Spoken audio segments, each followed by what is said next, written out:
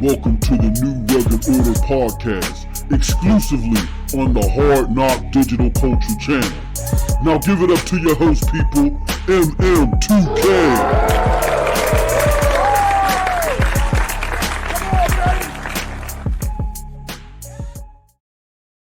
I was talking about Forspoken and a whole bunch of stuff. I was also apologizing to our good friend Cold Blood Sensei, longtime supporter, because we're starting in the middle of him trying to play the game, and that's Forspoken. And I explained to him that what's going on is this is coming on at a special day and a special time because we were supposed to have a guest. Our good friend Daryl Smock Jr. was going to join us, but because he wanted to talk about the game. He told me, hey, Moss, I'm getting the game. I'm getting it at launch, and I want to talk about it. He's going to do an article about it, too. And Daryl Smock is a PlayStation connoisseur, like your boy. He's a fan of the platform. So, and especially now.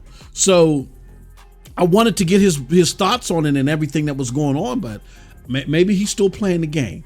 My good brother's in a whole nother coast. So it could be that, you know, some signals got scrambled or whatever the case may be. Hopefully he'll hop in. But if he doesn't, that's okay. With that said, again, my apologies. What did Cold Blood says? He says that was the silence for the Stadia's death.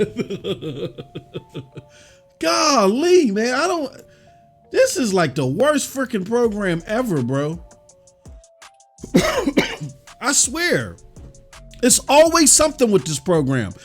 I couldn't even play Forspoken yet. I bought it today. And this is another thing that's cool. I'm going to show you guys and gals that if you're on the fence about Forspoken, because again, you were listening to the sheep and they were telling you, oh no, don't pay that extra $10.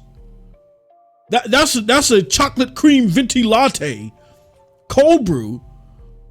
That's one of those, and you can't deal with one less of those a month. So don't buy this game because it's $10 more. If you were listening to those sheep instead of you trying the damn demo on your own, and now you want to buy the game because you probably realized the mistake that you made, and you are the captain of your own taste. Like, I don't need another grown man.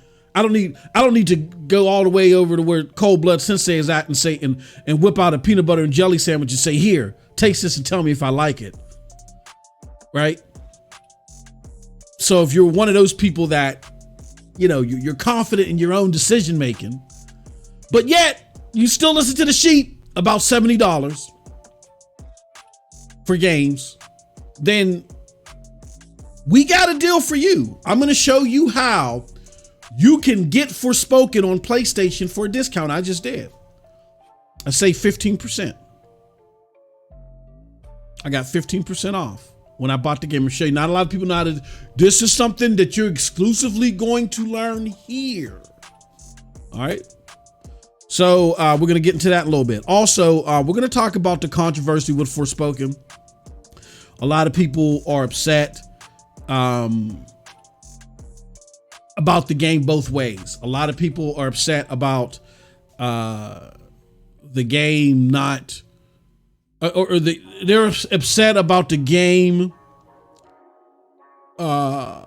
protagonist dialogue.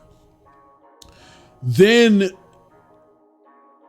people are upset that the dialogue is getting piled on because they're like, it's not that bad. And then there's just one political strife that's behind that. I'm going to address that. I normally don't like addressing political stuff, but I think I got some insight on this that'll just like kill the silliness of this argument, right? And then we're going to talk about Xbox. Xbox is making news with games? No, of course not. But they're making news because they're subpoenaing Sony because they're trying to learn their secrets. God damn it, they can't beat them, so they're going to subpoena them. They'll pay for lawyers and say, what is it that you put in this chili, man? I just can't get the flavor. Your chili is banging it. I'm not going to learn how to cook. I'm going to sue you for your ingredients. We're going to talk about that. And then we're going to talk about there's something crazy going on in the PC world when it comes to the latest 4000 series. I told y'all that the 4000 series was the real deal. 10,000, 20,000, and even the 1,000, the 2,000 rather, and the 3,000 series were money grabs. The 4,000 series is the real deal. And there's even indication that, yes, you can see it in the title, that there are a 4,000 series card that is hitting 13K. I'm explaining to you why that's important, even though there's no 13K TVs out there for atypical retail. I'm going to tell you why that's important. We're going to get into all that. All right. But let me go back to the chat, because the chat is what makes this channel grow. Let's see here.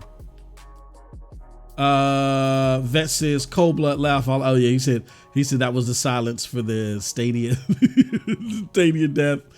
It says moderation check. This message has a moderation issue with the reason of error. And anyway, why would it? What the hell is going on?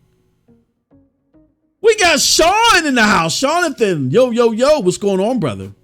Cold Blood Sensei says, I was so close to send it back to Amazon, but the Steelbook made me change my mind. I'm guilty of listening to Digital Foundry and company and get a little on the fence, but I ultimately decided against a refund. You know what, Cold Blood? Don't feel bad about that. I've done that with the game before, and I actually enjoyed it. Now, me and you probably aren't going to, agree on this game, but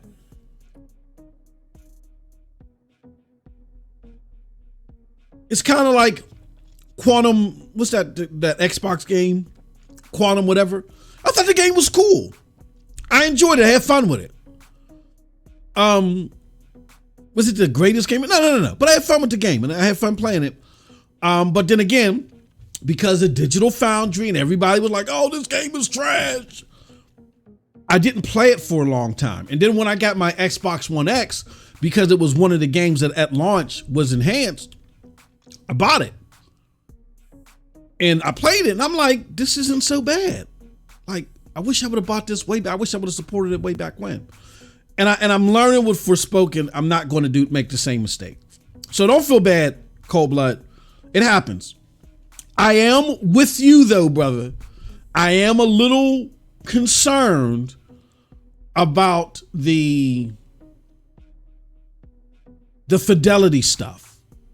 I don't like that. And I'm a little surprised that this being a PlayStation game, and then in talking to David Jaffe about this a couple years ago on Best Damn Podcast period, where he told us, he said, man, when it comes to these quality issues, like Sony is very, very keen on them and they send people to you.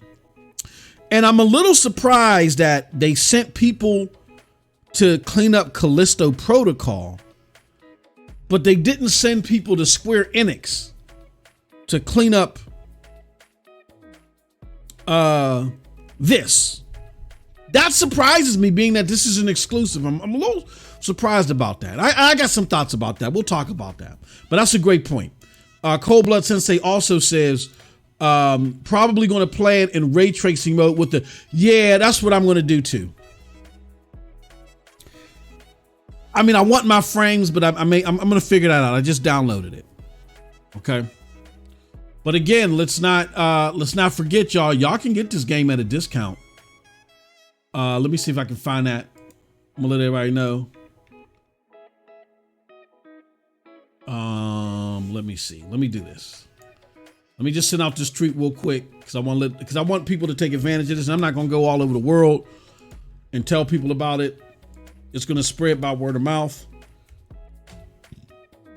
because I don't want people to. I don't want this to get messed up, right? I don't want, you know what I'm saying, for people to say, oh, they you know, I go spread this around and it's getting spread and it's spreading too fast and this deal goes away. I don't want that to happen. So we're going to have to use word of mouth advertising in order to make this happen. And when we do that, hopefully those that are sincerely interested in playing this game will do so.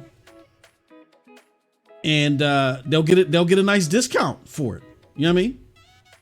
Can't ask for more. All right. So let's do this. Let's put this out here.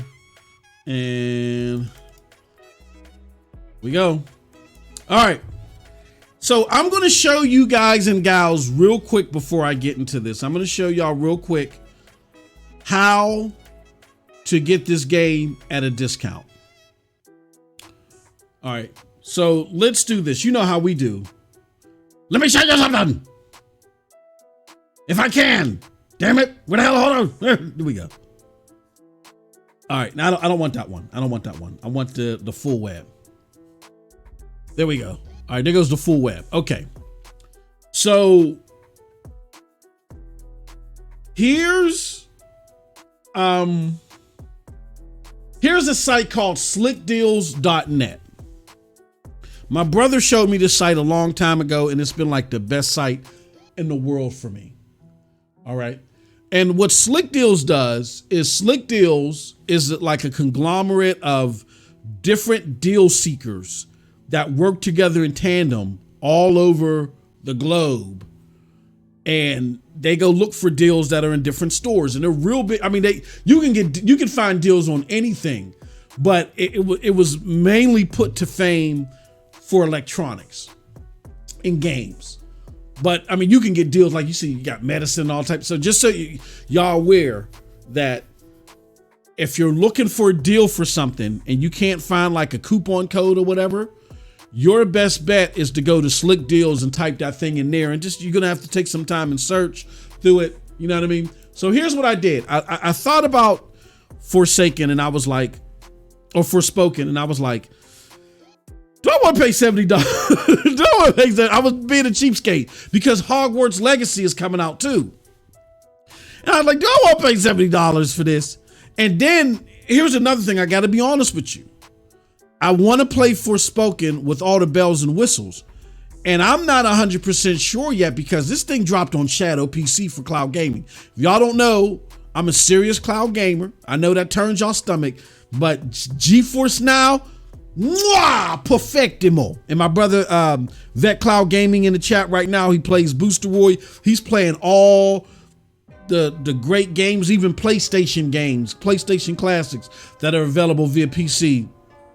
He's playing them without having to buy a console, wait for downloads, all that other stuff. So I swear to GFN. I love GFN, and I'm a steward of cloud gaming. So what I was waiting for is I'd rather play this on PC so I can get all the bells and whistles. You know what I'm saying? Because GFN got that GFN Ultimate tier. That's sick. So I was going to wait. I was like, do I want to buy it on PlayStation? Not solely because of the $70 thing, but if I get it on PlayStation and then it ends up coming out on GFN, I'm getting it there too. So it's a difference of me paying $110 because I know I can get it out on a discount on PC, or paying $120. So what I did is I came here, I went to slickdeals.net, And I looked up PlayStation. I just typed in PlayStation. And because what I was looking for was either deals on this game Forspoken or deals on codes, like for cards and stuff like that, right? So I didn't want to type in Forspoken because I didn't want it to just take out all the cards, the gift cards and stuff like that. So I'm just scrolling through, and you can find a whole bunch of deals that are out there. They tell you about Anthem and all this. And then I saw that 1 year of PlayStation Plus digital delivery for $49. And then I saw this. I saw, hold on, $100 PlayStation gift card digital delivery for $83.98. So I clicked on that. And it took me here. And what it explained to me was that Slick Deals is running a coupon code with Kingpin.net or something like that. And the coupon code is Slick Deals 15. That's the coupon code. So I copied the coupon code, went over to go see deal, and it brings you to the website. And lo and behold, you can buy the game, right? So I just click on buy. Now I don't have an account here. But what it'll do is it'll put the game in your cart. And when you go to your cart, you'll see the game there. And then I said to myself, well, I don't need this $400 card. I mean, the bigger the points are, the bigger the discount, and I could add some money left over. I said, but I could always do this again if I need it. So what I did is I just went down and I got a $75 card because with tax, it would be $75. And so here's what I did. I just went to Kingpin. I typed in PlayStation. So again, what I did, oh, come on, PlayStation. And it's showing you the cards right here. And you want to make sure, you got to look at the locale denomination. Did I buy the last $75 card? I don't think so. Now, let me put 75 in here. Maybe I missed it. Oh, there it goes right there. So there goes the PlayStation $75 card. I'm going to click on it, right? And before the fees, it's $70.65. So I just put this in the cart. I applied that Slick Deals code that I showed you guys earlier, Slick Deals 15, and it dropped the card down to $65, which is, or 64 and some change, which was a 15% discount. So for $64, I got a $75 PlayStation card. I then took that code after I did the transaction, took the code, took it over to PlayStation.com, signed into my account, applied the code, redeemed the code, and I had Forspoken. And I got it for $64.9. So I got it for the price that I would have paid if it was only $60. I got, just by doing those extra 2 transactions. But I never would have known about that had it not been for slickdeals.net. So this is a Slick Deals deal that's going on with King. What is his name of this damn site? KingGuin.net. So hopefully that helps you guys and gals, and I don't know how long this promotion is running. Let's take a look and see when this was posted on Slick Deals. Does it tell you when? Okay, this was created damn well a week ago. So this might be a promotion, a full month promotion. So no telling how many. I mean, is there a $200 card here? Let's search real quick. Is there a PlayStation 200? It'll let me do it.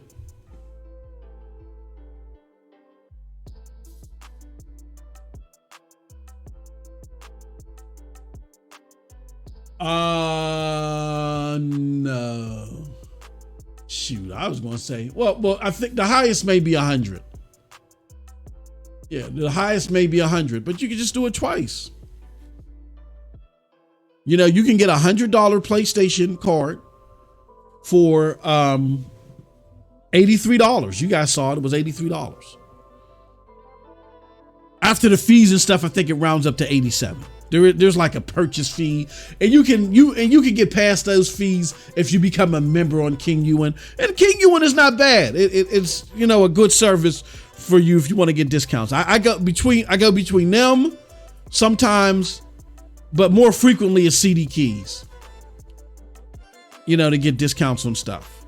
And CD Keys is actually running a great promotion for what's it called right now on for Forspoken on PC. But if King Ewan, let's take a look. I think they're running the same thing, because you might want to come here and get it. You might be able to get the game for like $40. Okay, so the Forspoken CD key, look at that. It's 38% off. So you know I'll be here. It's 38% off. Oh, because of the pre-order special. So you still get to participate in the pre-order special. So if you go and pre-order it, you can add that deal to it and it'll be 40 something. You can't beat that with a stick. So I highly urge that, again, you bookmark slickdeals.net. And you can look for a bunch of stuff through there, man. They have partnerships and deals with a lot of people, and you might be able to get slick deals codes off on a bunch of stuff. You just got to go put in whatever it is, the product or service that you're looking for here. And, you know, and you'll find it. So hopefully that's helpful to a lot of you people that are listening to this, because we try to save you some bucks. We're trying to save you some cash. All right. So just checking my messages to see if Smock, okay. He might be, he's either asleep or he's playing Forspoken. Look, I ain't mad at him. But let's go back to the chat and we're gonna jump into these topics. VetCloud says Warhammer 40,000 Dark Tide is just announced that they are delaying the launch of the game on the Xbox Series X, and they are delaying their seasonal content rollout as well. Are they delaying it on PlayStation? Why are they delaying it on Xbox? Let me know that, Vet. That's very interesting. Let's look that up. I gotta look that up. And was that supposed to go to Game Pass?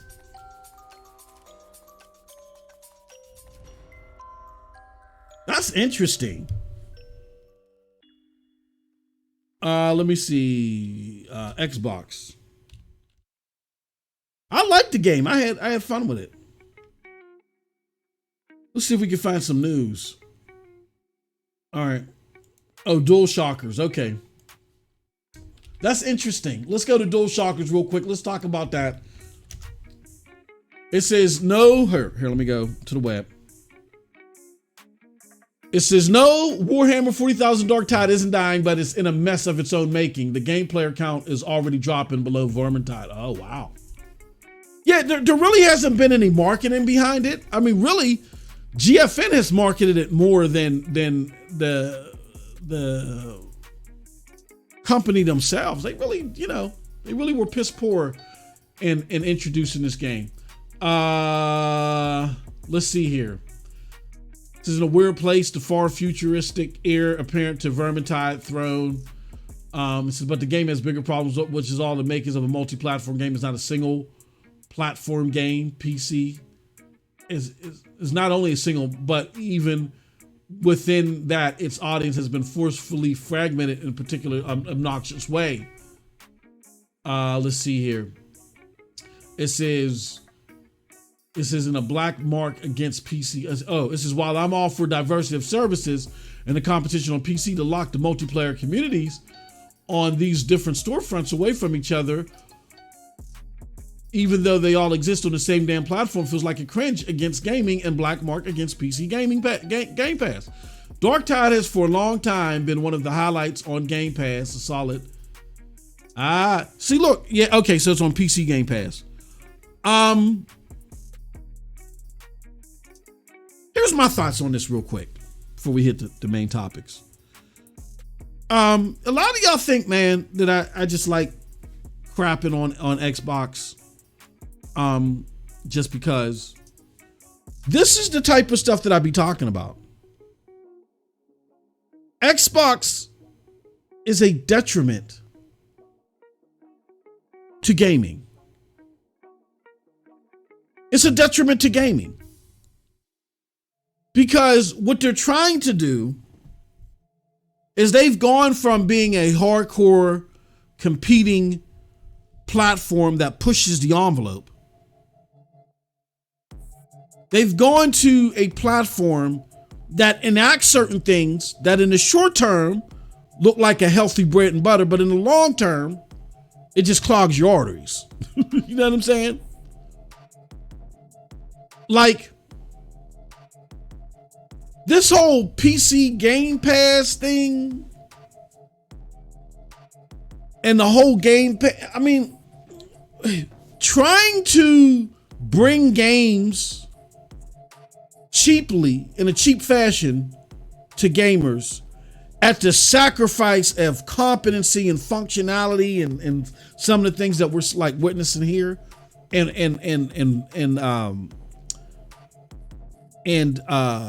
quality, that's a detriment to gaming. I remember even when I first started souring on the platform, there was a content creator that said that they wished that Xbox never existed. And I was like, whoa, you're crazy. And they're like, Xbox is destroying gaming. I wish they never existed. I'm not going to say I wish they never existed, but damn, this current regime is really putting a stain to some things. And I get it. There's people that like Xbox because they're not worried about this AAA front, or they're not worried about the development of games that push things to the next level. They're not worried about that. They want fun experiences to play, and Xbox makes it easier for them to access that. But when you have, and that's fine. If Game Pass was in its own lane for those specific types of games, great. But being that it's now saturating the AAA market, it's not to the benefit of AAA game development. Not at all. You can make the argument that it waters down the quality of the games, right? Because you're simply like, well, only paid $15 a month, and there's like 500 counterparts to play if I don't like this one. Something to occupy my time. Also, it destroys opportunities for some publishers. Like, one classic example of that is People Can Fly's Outriders. Like, just a few months ago, there was an article that came out that said they still haven't received royalties. I talked about this on my platform a while ago. I said this deal from Outriders, I've talked to various sources. This thing with Outriders was like a last minute thing. And it was last minute, a lot of reasons, because of Stadia. Stadia had already pissed in Microsoft's grits over Cyberpunk. Microsoft had the marketing rights to Cyberpunk, and it played the worst on Xbox. Even though it was pretty much crappy everywhere, except for high-end PCs and except for Stadia. So what Microsoft definitely didn't want, because they wanted to keep their foot on Stadia's neck, is they did not want an opportunity for, after them closing down SG&E, Stadia being successful in pivoting to just getting third-party content. And there was all this talk and all this hoopla about how good Outriders was supposed to look on Stadia and all this other stuff. Now that ended up becoming a bust because Outriders was like one of the worst ports on the platform for a very long time. But Microsoft didn't know that was going to be the outcome. They, as far as they knew, that this could have been like another shock to the system in a positive way, like how Cyberpunk was. So from my understanding from very credible sources that made me aware, even though if they did it by mistake, made me aware that this deal was going down before you guys had a clue. Hence why I created my video. You know, I'm still going to buy this game. I had been created that, man. I was putting out the propaganda machine. What happened was Xbox said, no, we're going to put a monkey wrench into this. And what they did is they end up getting the game on Game Pass, which made it so much more appealing to a lot of cloud gamers to go over there and play it. And then they put it on the cloud. And then they were wishing for the better. They're like, we're going to hit cloud gamers where it's most effective. Cost efficiency. And it didn't help that Outriders on Game Pass wasn't that worse than what it was on Stadia. That didn't help. So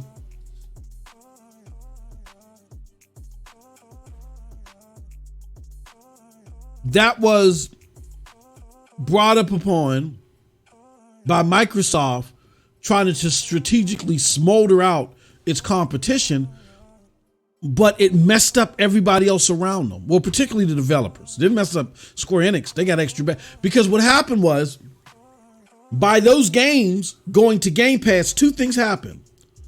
Number one, Game Pass cannibalize sales, right?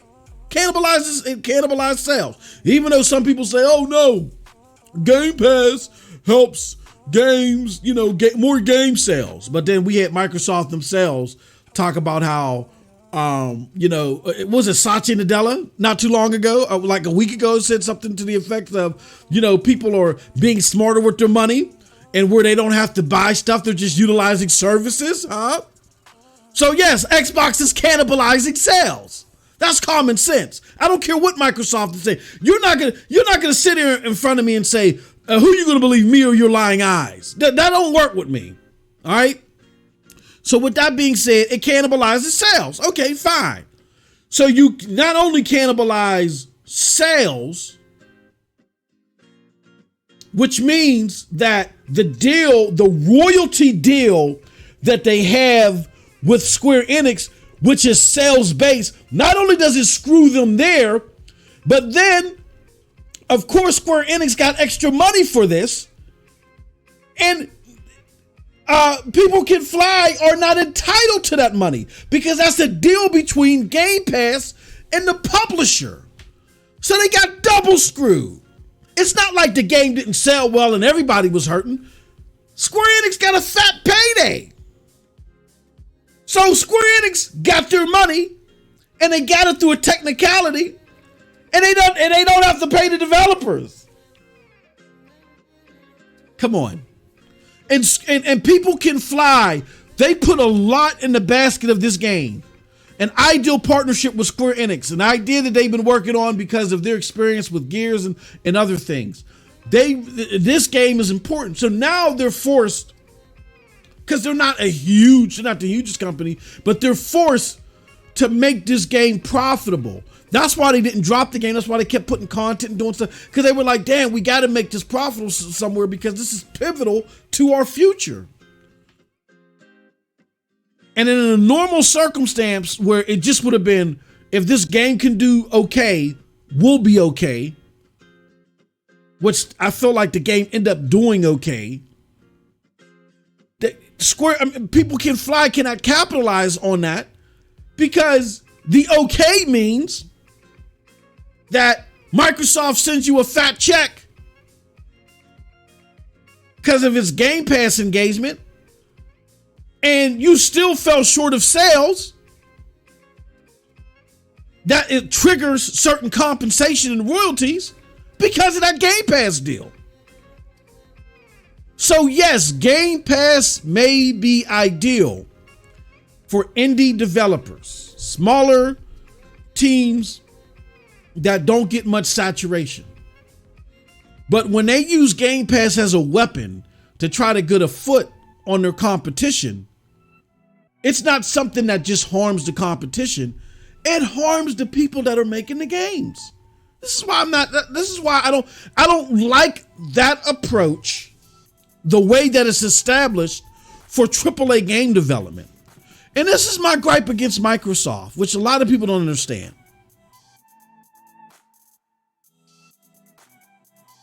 Here's the problem. As much as I am a cloud gamer, I don't admonish the importance and the need of consoles. Listen to me, cloud gamers. Even though we get mad at our daily device gaming counterparts because all this ish that they talk about cloud gaming, we need them, and we can't afford to have them go away. We just want cloud gaming to be a profitable and a prominent part of the pie. We don't want it to take over.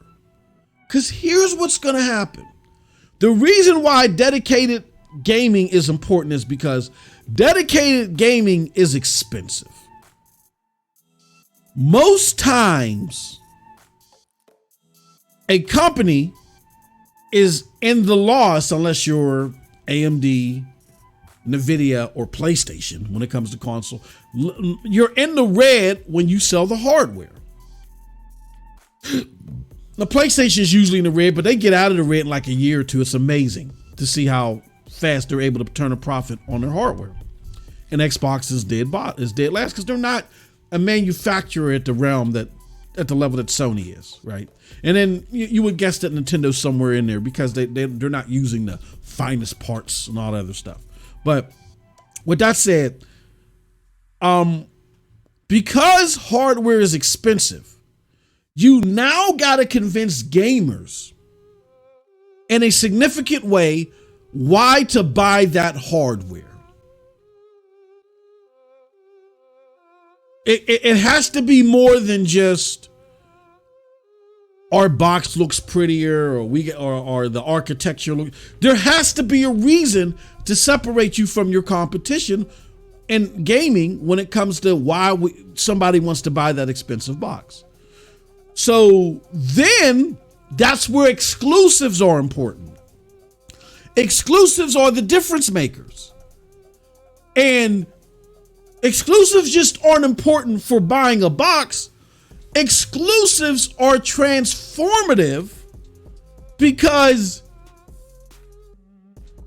the need for you to buy that box has to be so great that they got to think of these granular ideas. And sometimes they go over budget on those granular ideas to bring you to that box. And the hope is that we'll just sell content elsewhere to make up for it. So a lot of times the budget for these big games is too much. It's inflated in order to make these games come to fruition. A lot of times who was it? Yoshida said it himself, I believe. Somebody from PlayStation said it themselves. That out of 10 games, exclusive games that is, only 3 are profitable. And out of those 3, 1 normally makes enough money to make it worthwhile. For the other 10 games, for the 10 games, including that one.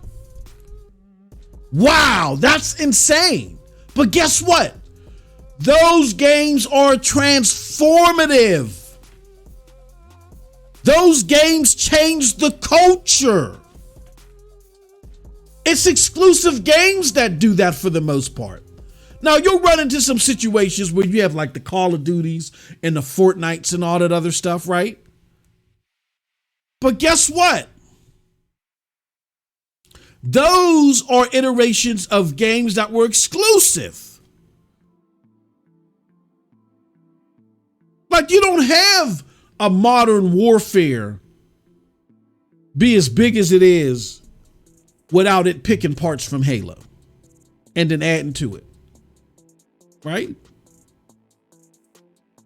You don't have a Fortnite without a PUBG, which was the PC offering. And then it was exclusive to Xbox for some time, right?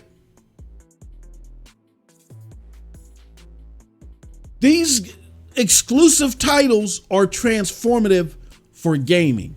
So when you look at where I'm gaming at, which is GFN, which is cloud, it's important that something like that exists, even though it's just providing multi-plat games right now. There is a need for that. Don't get me wrong. But that's why when I spilled the beans to you guys and gals about my conversation that I had with GFN in a meeting, that I asked them what was their approach on cloud native games, because you got to become transformative as well. And they said, look, people are doing some unique things with our APKs or our APIs, excuse me. So they understand the importance of something unique coming out of that realm. But we need those exclusives that come out of the console world because they changed the game. Just naming Xbox alone and why I'm so pissed at them going this Game Pass route. Xbox came to fame not for having cheap gaming, but for transforming the gaming landscape. Jade Empire, Halo, Armed and Dangerous.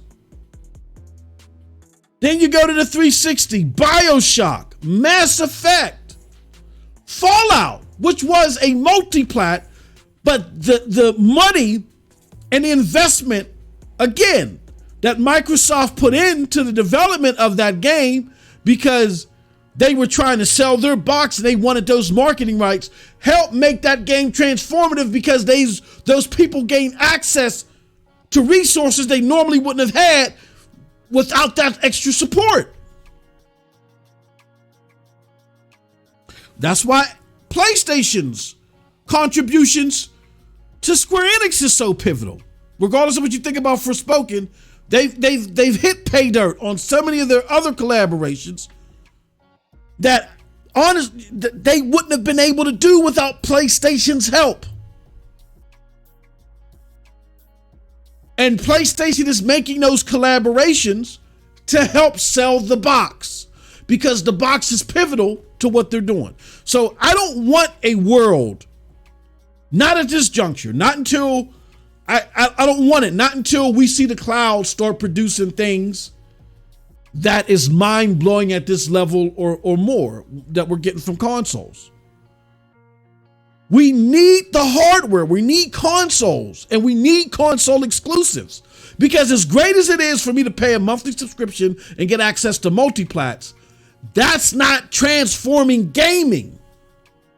It's spreading the access, which is important. It's laying down the foundation for something that can be transformative. But the transformative work happens on the console side. And there are some instances with PC, but mainly with PC, they have indie transformative stuff. You know what I'm saying? It's not always the AAA stuff because, again, PC is such an open platform. There is not a PC maker. You're not going to see CyberPower PC give Bluehole $500 million to help fund the game. Because what does that do for CyberPower? You know what I'm saying? It doesn't do nothing for CyberPower PC. So that's why you rarely see PC exclusive AAA bangers that are transformative. You rarely see it. Those come from the console side. Consoles are important, especially if you are concerned about transformative games with all the bells and whistles in them. All right?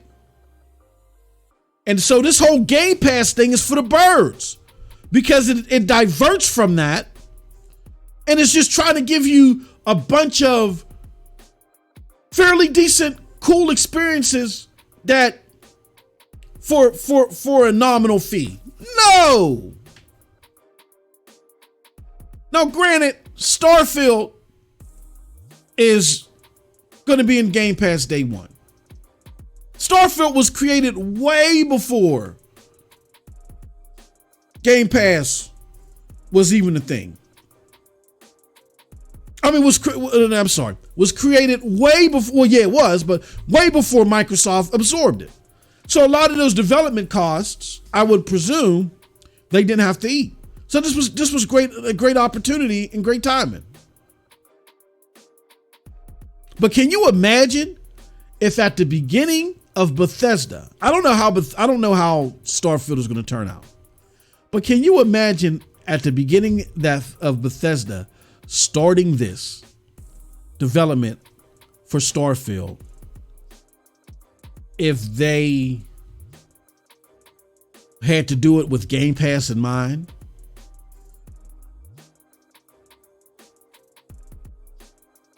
The only AAA experience from Xbox that stood the test of time of Game Pass so far is Forza. And I hate to say it, and I'm going to say it again, and y'all can get mad all y'all want. Phooey. Forza is not a system seller. Forza is not transformative. It's AAA, maybe high quality AAA, but it ain't a banger. A banger people must get. They must have, not just try on a $15 cheap service that they could get for $1 with a bag of Pop-Tarts. No, they must have it. The month that Forza released, it was third on the Xbox and fourth overall. And I want to hear about Game Pass, because you have games that launch into services that do better than that. And again, with all these PC gamers out here, the gazillion PC gamers that would have access to Forza, they could have bought it on Steam. They didn't all sign up and get it on Game Pass. Why? Because Forza, even though it can pull some pretty cool numbers, it's not transformative. And it's also not transformative because who played Forza and saw a whole bunch of Forza clones after it? You want to know why you don't? Because racing is kind of niche. It still can draw activity in the millions, but it's still kind of niche. You could put all those bells and whistles in the Forza and have it eye-popping and all that other stuff, gameplay and all that other stuff. And it's not going to do nowhere near a God of War, nowhere near an Elden Ring, nowhere near a Spider-Man, because it's niche. And you don't see a whole bunch of racing clones afterwards because it's niche. That's not a banger. AAA, critically acclaimed, for all intents and purposes, real good game. Not transformative. That's a banger. You bang your fist on the table like, damn it! This has changed gaming. Oh. Has not. Or, damn it, I must have that, is the general consensus. No, it's not. So, when you look at the track record of titles, AAA titles that have come out of Game Pass, no, really the best things that worked in Game Pass are the indie games, the High on Lives, the Peniments, the Psychonauts. Those are the games that shine best. The Ori and the Blind Forest. Those are the games that shine best with Game Pass. Game Pass's focus should be indie titles. Should be an ID at Xbox type thing. And it should not include AAA development, because the atmosphere that it creates and it provides really starts to stomp out what makes AAA development great, sustainable, and forward thinking. So thank you, Vet, for showing us this story. This is just imagery from all that reality. Game Pass, PC Game Pass, Xbox Game Pass, all that stuff. It's trash. You know, I'm not for it when it comes to AAA games. When it comes to these indie games and the stuff that you want to put on the cloud where it's less demanding, but yet you're creating exposure for a bunch of these indie games, great, fine, not a problem.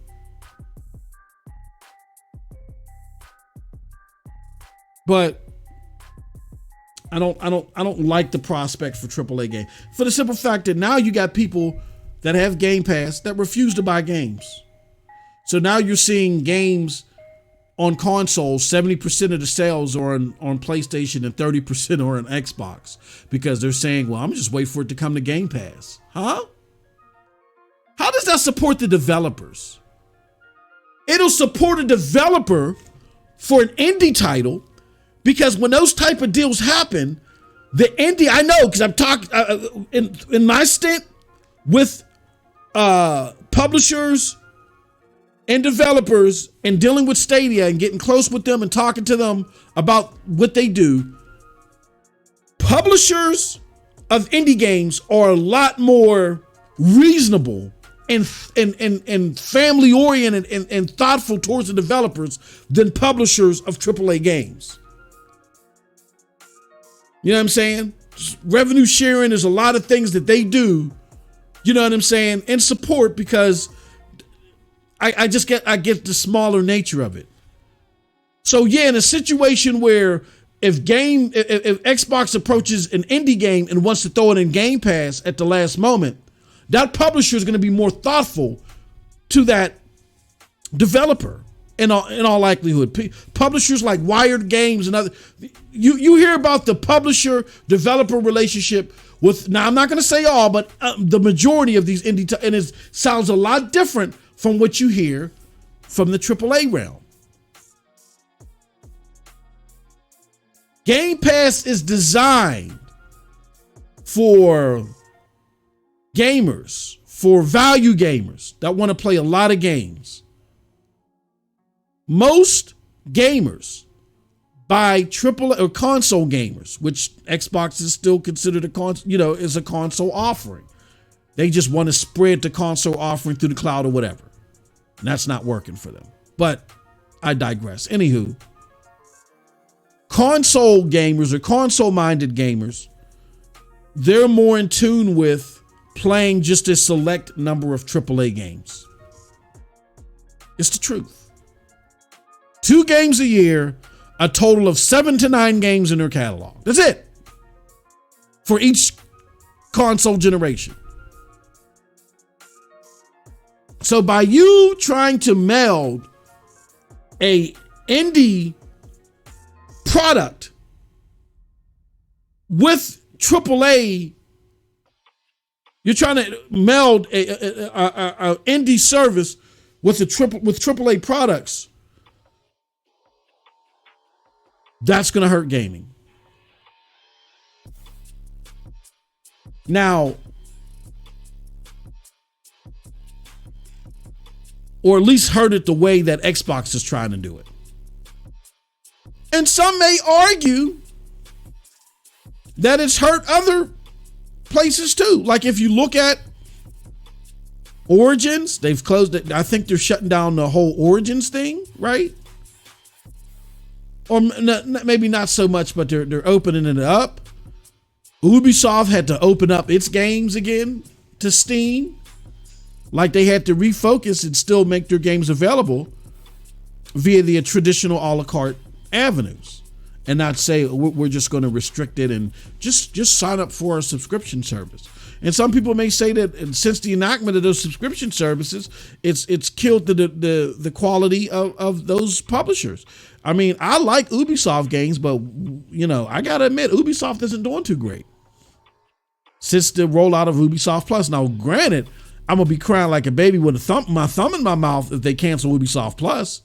Ubisoft Plus has been a lifesaver to me financially, but is that subscription service putting a cap on Ubisoft's ability to push the envelope? Because it's like, well, this is going into Ubisoft Plus, so we're going to cut it off right here. Is that maybe? Are they just rushing titles out? I don't know. We'll soon see. But what I can say from the very least is, opposite of Ubisoft or whatever EA's doing, the Xbox model is not good for AAA gaming. I'm sorry. A lot of people don't want to hear that because they're saving money.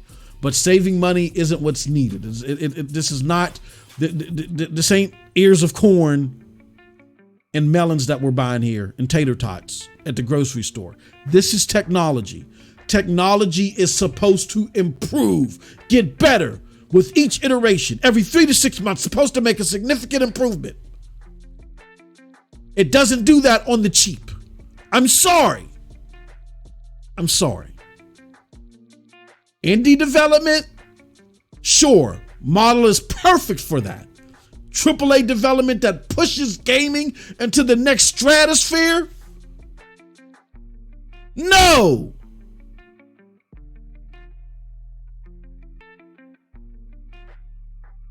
Let me see here. Let's read these chats because y'all are having a very interesting conversation in here. Let me see here. Cold Blood Sensei says, just use a PSN card from key sellers, get at least $10, if not even more. Okay. All right. That's cool. My homie, Sean says CashApp gives you a discount on PlayStation and Microsoft purchases too. Select the boost. Oh, okay. I didn't know that. Huh. I got to check that out. You got to explain that, Sean, in the chat, how that works to a certain degree. Sean, I know you be up on them deals, bruh. And anyway, what are they talking about? Oh. What is this moderation check? So they said slick deals ain't gonna help you in Germany.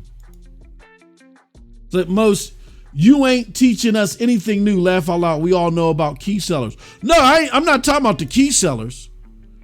I'm talking about, it was a 2-part thing.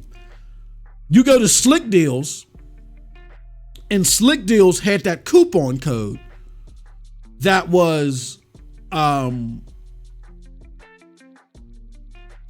which was instrumental in getting that 15% off and on it was a King Hewitt or whatever. Try it. Try Slick Deals 15. Just give it a try. See if it'll work for your purchase even though you can't go to Slick Deals, in your locale, just try that code. Maybe it'll work. It says, okay, okay, I'm sorry, Moss. I tried with $120 and it got, see, there you go. See, there you go, baby. Y'all stop always hating on your boy, Cold Blood. Stop it, Cold Blood. You see what I'm saying, bro? There you go. There you go. I appreciate it. See, you support me. I'm gonna help y'all save some money, man.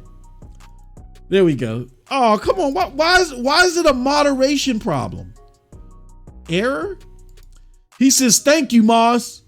I got Hogwarts Legacy for 57 instead of 75. Laughing out Slick Deals even works in Germany with yeah, boy. Yeah, boy. Shebang bang. You think Hogwarts Legacy gonna be fire? I think so. Cold Blood says, I don't know, but it's gonna be talked about a lot. Yeah. He says, just look at the gameplay and make up your own opinion. Yeah, I'm with Cold Blood on that. Look, Metacritic and these aggregate scores are only good for Console War Babble, which I participate in. right? But more importantly, to gauge the success of your product or service, to help gauge it. It's not a guarantee, it's a gauge. So the reason why I talk about banger and transformative, and then I put the litmus of, a game has to have like a 93 plus Metacritic. The reason why I do that is because I've been gaming for 35 something years, since Metacritic has been important since 2010 or whatever, whenever 2005, whenever Metacritic became a thing, is that when it comes to games, it became a thing, is because I've watched it. I've even seen where games like Fallout New Vegas, the Metacritic score had to be a certain number or higher in order for certain kickbacks to be awarded. Why did Bethesda do that? Because they realize that when it comes to AAA games, if you get a certain Metacritic score, that sends out a certain signal to the populace, and they're more likely to buy the game.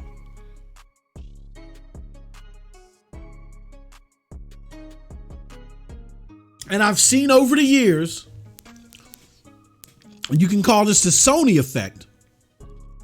I've seen over the years where that score minimum has gone up. It used to be when it first was a thing, I would say if you had a game that was 85 or higher and it was a AAA game, you had a huge chance of seeing that game be successful. But, and even if the game was in the 7, you know what I'm saying? But, 85 or more, oh yeah, that was going to be a game that was going to get a lot of attention retail wise for the most part. But as Sony's games started coming out, and you go back to Gears and Halo 2, when you start seeing those games in the 90s, 90, 91, 92, 93, then slowly but surely it started going up a point, like every 5 years. Start going up a point every few years. And now it's come to a point to where if your game, like you could have a game that'll be critically acclaimed, people will like it, it'll see some success if it's like 90, even 90 above. But if it's over 93, oh yeah. And it's a AAA game, oh yeah, then oh yeah, it's a wrap. But if it's even between 90 and 93, that's not a guarantee. Because people are used to seeing the PlayStation games at 94, 95. They're used to seeing other games 96, 97. And what that signifies is that, because even though I don't agree with Metacritic's setup as far as me, it changing my decisions on a game, when you get a game that's like 93 or higher, even the biggest skeptics, that just shows you that they're at a minimum. You have to, like, Microsoft is at a point now, they've put out so many duds for over 10 years. So many duds, so many mediocre games, or so many regurgitations of previous success that don't push the IP any further. That's the best you've gotten from Microsoft, is iterations from previous games that don't push the envelope any further. The only thing that is opposite of that is Forza, but it's a niche racing game. Oh, but the Forza 5 broke records. It broke its own records. Did it break God of War type records? Spider-Man type records? No. Alrighty then. And it's available on PC. So shh. We're not talking about how many people played it. If I bought some Juju beans and I got Game Pass for $1 for 35 months and I fired it up, that's going to count as a ping for Forza. I'm not playing it. I'm not buying DLC. I'm not extending the profitability of the game. I just pinged to it. So yes, for market analysis, when you're talking to other investors, you throw those numbers out there because they sound successful and you're hoping that people will invest more money. But as a consumer, that's not a gauge of the quality that you're getting. I got so many pings. Well, yeah, I mean, if this is supposed to be your best offering and I have access to it, let me try it out. Okay, I just pinged it. Tell me how much money you made off of that game. Tell me the amount of DLC and stuff that was sold. And let's compare that. And let's compare that to its peers. Like, don't just put the number out there. Put it out there so I can compare it to its peers. Until I start seeing numbers like that, I don't care how many downloads it had or how many people opened it. I don't care.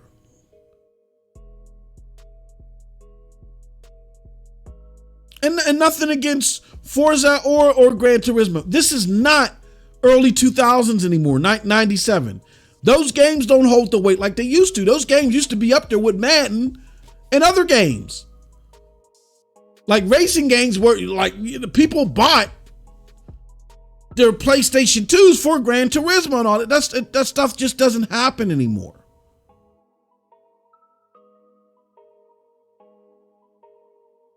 So yes, you may have the creme de la creme of racers, but that's like me having a creme de la creme of refried porcupine faces. Come and get it. The world's best tasting refried porcupine faces. Nobody cares. If they cared, then Forza wouldn't have been 4th overall during NPD, and it wouldn't have been 3rd on its own console. Battlefield 2042 beat it. It beat it on its own console. Wowzers. And we already know by the disappointing sales of Game Pass on console, everybody doesn't have Game Pass. So why was it 3rd on the console? Because remember, Game Pass it was only representing 15% of your overall income, right? Or your revenue. So that other 85%, you're not getting it. Yo, we have a visitor in the house. He is here. He has made it. What is up, good brother? Our brother Daryl Smock Jr. What's up? You just getting up, man? Man, my alarm didn't wake me up, man. I swear, I put the alarm on for 10. I said he was. I let everybody know. I said that he's probably asleep, man. He had a hard day. Somebody said, no, he probably is playing Forspoken and said, the hell with this podcast. I said, I can't be mad at him for that either. What's going on, Daryl? What's been up, brother? Man, oh my God, I've been missing this podcast, brother. Oh, yeah. It's been way too long. I've been good, man. You know, I've been happy. Actually, Forspoken, I hear you, it's arriving like in the next hour or two. Oh, I pre-ordered it, so it's been shipped by by USPS.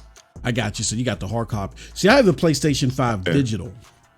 So because I have the digital, I had to get a copy, and I was explaining to people earlier that there's a way that you can get 15% off. You use Slick Deals 15.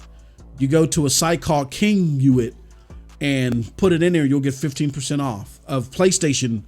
Well, you're not going to get 15% off the game there. You're going to get 15% off of PlayStation points.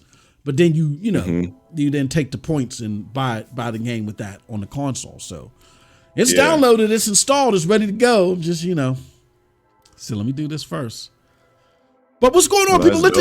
This is a different podcast. This is NRO. This is where we talk about hardcore gaming, like what's going on with PlayStation and Xbox. I know you're chomping at the bit for that, but this may be an audience that isn't familiar with you. So let the good people know what type of gaming that you get into. Okay.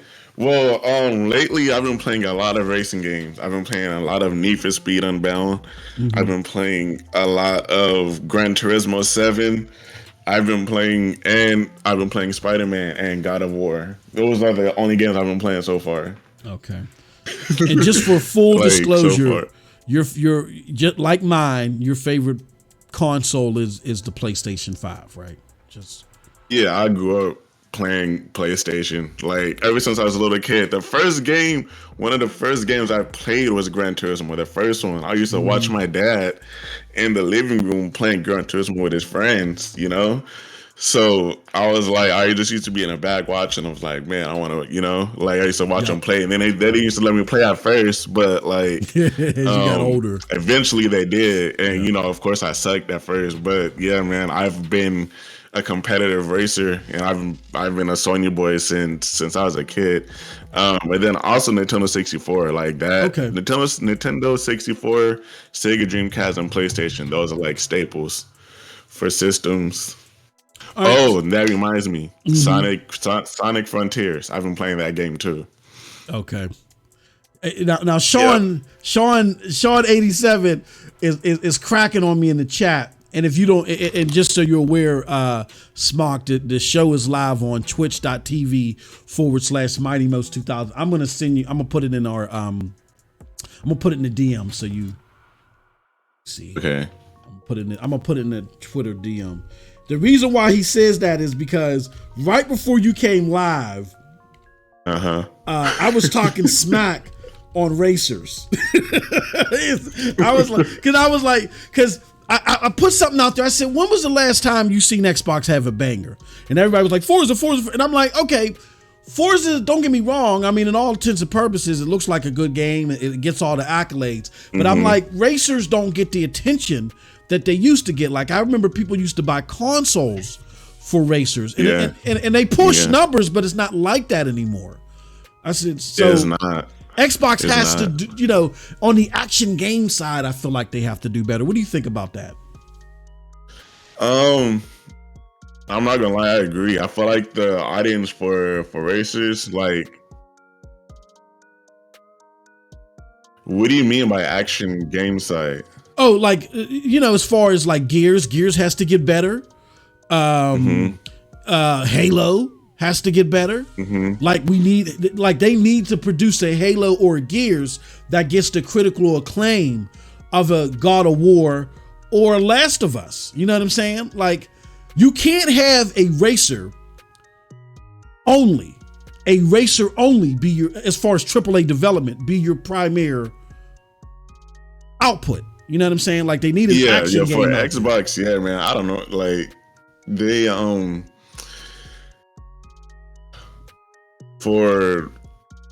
they do. They need a story-driven game that has action and drama and all that stuff to it. You know, Halo was supposed to do it, but they released it like half baked or something. You know, where the game was barely complete. Yep. So I feel like they need to. Xbox is like, for an exclusive. Yeah, I feel like they do. They need to produce something bigger. But then again, Xbox they do have a lot of the titles that they're like, they have Game Pass. That's like really keeping the Xbox competitive is Game Pass. Well, I don't, you know, they said recently that Game Pass, well, they've hinted at it, that Game Pass isn't performing as well as they like it to. And now they're only cataloging it to be 15% of their revenue. And you remember, Game Pass was supposed to be the creme de la creme over there at Xbox. So they're like, Game Pass has only gotten as high as we expected to get on console. We might see some more opportunities on PC. So I'm like, whoa, right. You know, woo, you're putting all your AAA development in there. You know what I mean? And remember when everybody was telling Sony, oh, Sony, you got to do what Xbox is doing. Well, I don't know if you saw NPD for December of this past year, and that's how many consoles and stuff was sold for the month in North America. But PlayStation beat Xbox 2-1 in December for console sold. Yeah, I mean, it's kind of hard to beat Sony. I'm not gonna lie. Yeah. It's kind of hard. Like, so, like I told you in the past, Sony don't miss. Do not miss with anything, with any of the exclusives. They are all bangers. You know, like that's why everybody's so hype about the Last of Us TV show. Oh Exactly. my god, Yeah. that show is going crazy. Everybody's talking about it. Have you seen it? Even people that haven't played the Last of Us game, like is super into the show. They're like, man, I'm gonna have to check out the game because I have some coworkers that haven't played Last of Us the game. They don't know nothing about it. So it's like, oh man, I seen the first episode of Last of Us and it's really good. I'm like, bro, if you play the game and you see like the plot that they set up inside of the TV show to add more plot to the game, like, yo, they did that first episode was 10 out of 10. It was a perfect episode, you know, especially for people that for the people that's played the game. That pay attention to details. Yeah. Oh yeah, it's uncanny how much it equals the game. Did you see episode 2 yet? Of course, I've seen it the same night. I was at work when it came out, but as soon as I got home, I made me some food and I watched the show. I watched it. We got a request, Mock. The panel's already getting a kick out of your participation here. We got a request from Cold Blood Sensei. He says, "Can we get Smock to say Xbox has no games?" I mean, honestly, they don't. Honestly, they don't have, like, when it comes to exclusive, they don't have any exclusive games. It's just Forza right now until Motorsport 7 come out. Yeah, that's what people are waiting for. Forza Motorsport 7. Yep. No. Sean they're says trying to say that it's gonna be better than I'm pretty sure they're gonna say, oh, is it better than Gran Turismo 7? You're gonna see all the comparisons come out where they compare the graphics, the sound, and cars and things like that. But this nothing. They I don't know, man. I don't think they're gonna have nothing on Gran Turismo 7. Yeah, to be honest. I mean, Gran Turismo 7, even though Forza has gotten higher Metacritics, Gran Turismo 7 still sells more. I mean, correct me if I'm wrong. I think they, all these litmuses of 10 million people downloaded and all that stuff, their numbers are higher the last time I heard. So, right. When it comes to probably active player base, I wouldn't be surprised if it was. Yeah, exactly. Oh, yeah, exactly. But see, I was racing. When I got home, I was racing today. I was playing the game earlier today. Before I went to sleep, I'm like, you know what? I'm going to just hop on. I'm going to do my daily races. They have daily races that they change out every week. And I had my best race ever last night. Well, here's the thing. If you think there's a track called Circuit de la Sarthe. It's where they do the 24-hour Le Mans at. And I started in 8th place and I finished in 2nd. Oh, wow. I was so hyped because the end of that race was insane. Even with Need for Speed, you don't get races. Gran Turismo 7 is just different. That race was it was insane. The end of that race, and I don't even got a wheel yet. Imagine if I had a wheel, bruh. Smock, here's the thing though, and this could be why, even though what's the name gets a higher Metacritic, which is not the tell-all be-all whether a game is good. But what do you think about this? Even though Forza gets a higher Metacritic, there's more PlayStations out there. Why? Because of God of War, because of Spider-Man, because of Ghost of Tsushima. So therefore, people like yourself that really love playing racers, of course you're not gonna go buy. Again, racers aren't console sellers, but you still want to play them. So you're just gonna play them on the platform that you have. And the best one on PlayStation is, by far Gran Turismo. So I just think Microsoft hurts themselves by leaning too much on Forza, or the community does, as an excuse. Oh, that's our banger. It's not helping the console. It really isn't. Yeah. So, all right. Got a few topics I want to run through. I definitely want to get your opinion on this stuff because people are tired of hearing mine. So I'm going to bring it up. Let's start with this. Is that the right one? No. Okay. No, that's not the right one either. God damn it. All right. It's this one. Okay. So Forspoken. Metacritic isn't the Metacritic. Yeah. It was like 63 or something, right? It's 68 right now. It's not the greatest, right? And people are saying, okay, so there's a big debate going on, and I normally don't get into the politics and stuff on the gaming channel, but I want to get your thoughts because I do have an opinion about this. So you have two sides that are brewing now. One side is upset that they're like, this game is mediocre as far as they're piling on the dialogue. That's what I heard on Twitter. And then there's another side that's like, you're only piling on the dialogue because the protagonist is a minority. Yeah, you haven't played it, but the protagonist is a minority. You know what I'm saying? Yeah, she's black. She's a black girl, and I don't know what city she's in. I'm not gonna lie. I don't know. Honestly, I don't know a lot about the game. I've seen the trailer. Yep. I like the trailer, so I pre-ordered the game. And I'm like, I'm not gonna spoil myself because I just want to jump into this with pretty much little to no knowledge about the gameplay or anything, you know. Yep. So I've seen rumblings on Twitter. I've seen people talk about the game. The game comes out today. Yeah. You know, so if we didn't if they didn't do what you did, what they did on siloed the game, and they're just going up based off of clips that people posted. You know how, man, we have a lot of history. About people, you know, twisting words and trying to make it seem like, you know, things aren't what they are, you know. So the dialogue, people are like, it's because the game is bro. That game is beautiful. I'm like, that's why I bought the game. Like, damn, this game looks good. Like, I seen those graphics on YouTube on a trailer, and then through the little, like, bro, on Instagram. Like, if they can make a trailer look good on Instagram, I'm like, oh man, I gotta get this. You know, so I don't care about a Metacritic score, man. Like, I wanna actually, when I play the game and I do a review on the game, that's when you guys are gonna see my full thoughts on whether the 68 score is valid or not. Because I seen like 30 minutes gameplay of it just to see the intro of the game, and the game was good. It looks really, really good. You know, the dialogue wasn't bad. Like in the beginning, the dialogue didn't bother me. Yeah.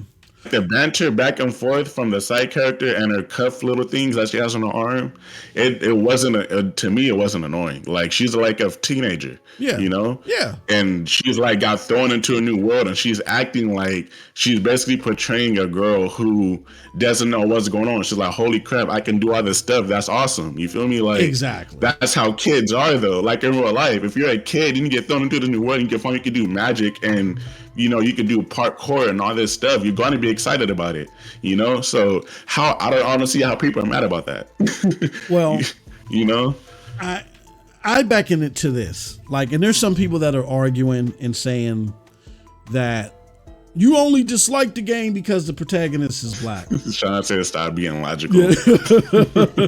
and I don't agree with that. I don't agree that people who just like, this ain't for me, are saying it because the protagonist is black. Here's what I do say, though, and I've been having these conversations like in DMs and stuff like that. This pile on, like you just expressed, like this is a kid that's like there's one part where she's like, is that an effing dragon? Oh my God. That's like, you know, childish, immature dialogue. You know what I'm saying? And we've seen this elsewhere. Like, for instance, in the Marvel game, when the Marvel Avengers game, like when you're doing the beginning part, that's what I forgot her name, the child superhero. Miss Marvel. Yeah, Miss Marvel. She sounds just like that, but there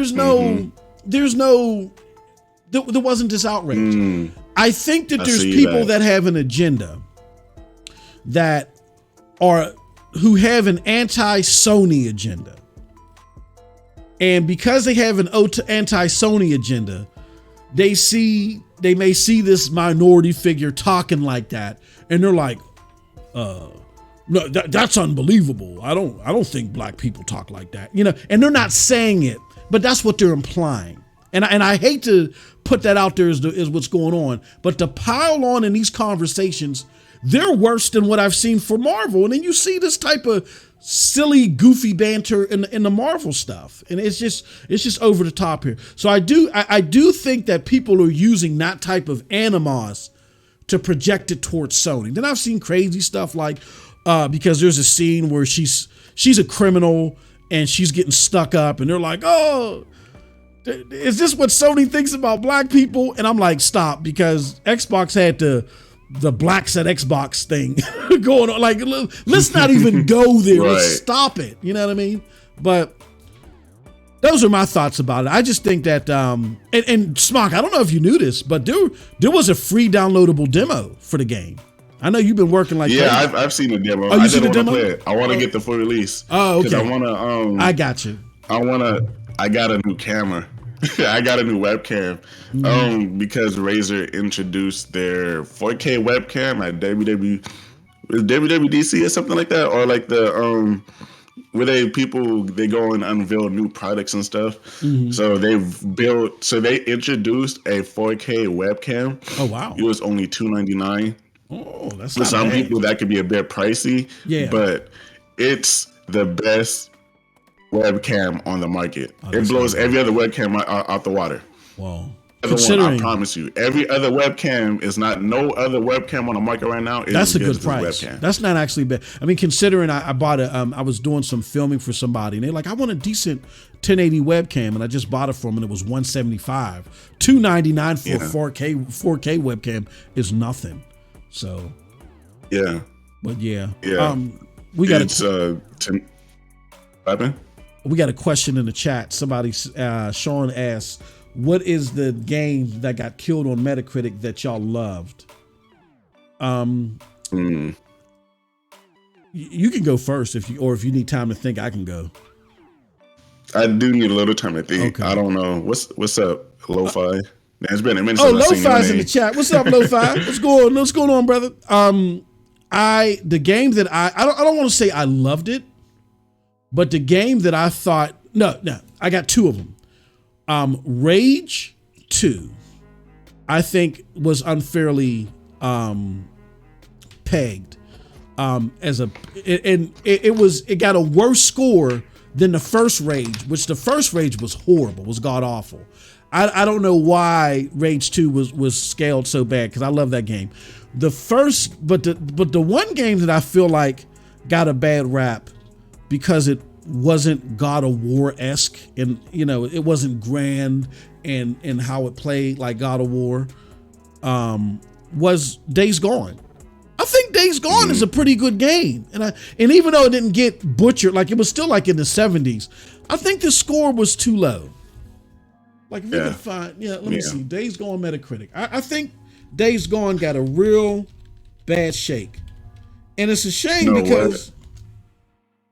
Let's see. I have a game now. I just 71. Thought of a game. What's that?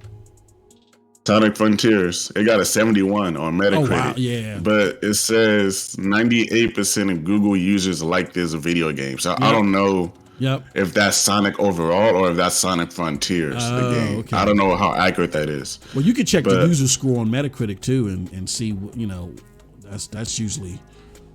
Like I'm looking at Days Gone on the screen right now, and it's got a 71 too, but it got an 8.4 user score. You know what I mean? Yeah, this one has an 8.2 user score. So yeah, it's just to me it's just trash. I don't trust, man, dealing with Stadia, and I've never got to speak on the mic about my thoughts about Stadia closing. Yeah, but dealing ever since I've been scarred from news reporters, big news reporters and all of them. So with me going back to PlayStation and me just staying only PlayStation and not switching between Stadia and PlayStation anymore, I'm just I don't give a crap about none of these Metacritics, about these reviewers. Yeah. Only thing I'm going to be doing to see if I like a game is I'm either going to buy it or I'm going to watch a trusted YouTuber that I know that enjoys games play a game that I want to see, and that's pretty much how it's going to be going. Like if there's interesting news, I'm gonna look at it, But when it comes to scores and all that and all that stuff, man, I'm not about to let I'm not about to let these people that's getting paid to review these games determine if I'm going to play a game or not. Exactly. If people are like, oh, Stadia died, it was such a way. No, it wasn't. Stadia pulled the veil. Stadia was the best cloud gaming service on the market. It's not even the same. I mean, go ahead. Because of Stadia dying, is going to hinder the growth of every other cloud gaming market, because they are not going to have anybody that they have competition with. There's no more competition for GeForce now. It's not going to be. To me, it's not going to be Luna. No. To me, it's not going to be Luna. And any other technological advancement that we thought that cloud gaming was going to have, it's not going to happen anymore. It's just going to be standard stuff. They're going to release games and that's it. Exactly. But as far as like big, huge features, that would have happened with Stadia. None of that's happening anymore. It went and left with Stadia. People wanted to see it die, and it happened. To their own detriment. I'm not happy. I'm still not happy about it. It's still hard to believe, that actually happened. But man, Stadia definitely was the best because it had a great balance of everything that was needed for cloud gaming and to help it grow. Yes. But one thing that it did do, even in its failure, is it helped expose the flawed nature of journalism. Like I didn't realize it was that bad until, Stadia came out. And then I realized I don't trust anybody. So when people see these people with the blue check marks and they're like, MM2K, how can you talk to them like that? Screw them.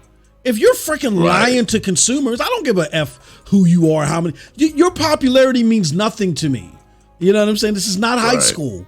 So if anything, with its death, it helped expose how unknowledgeable these reporters are and how bad they are at their job. They're horrible.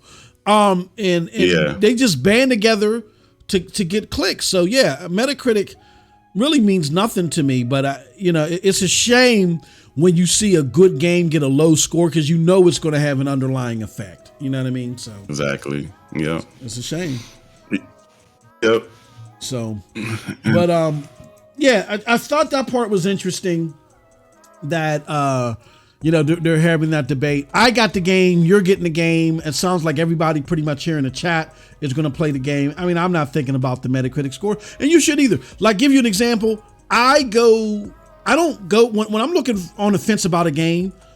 I go to Destructoid. I find out that their reviews are pretty close to how I look at games. They gave the game a 7. I enjoy 7 games. I mean, 7 is not horrible. I might think it's an 8 though. You know what I'm saying? But I don't. Right, but a 6.1 or something like that, bro. That's terrible. That's terrible. And they gotta stop this trash. They gotta stop it, man. They gotta stop it. It's a shame. But very interesting debate, and you guys will see some content here and other places from me on it. And Smock, I believe he's going to be working on his own review that's going to be hitting PNTS Network. So definitely check that out. Yep.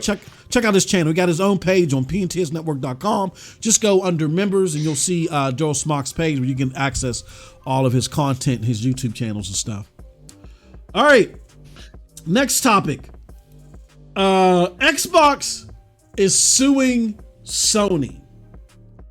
They're suing Sony because they want Sony's secrets. That's the way it's being framed. So here goes the story from GameIndustry.biz. It reads, Microsoft subpoenas Sony to prepare for FTC trial. PlayStation firm has requested a week's extension for response as the two platform holders continue to negotiate.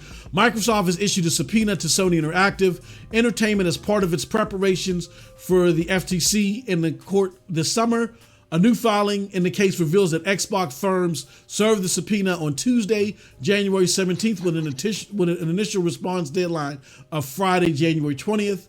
It says full details of the subpoena are not available, but the filing mentions that Microsoft and Sony are on ongoing negotiations as what information the latter will provide.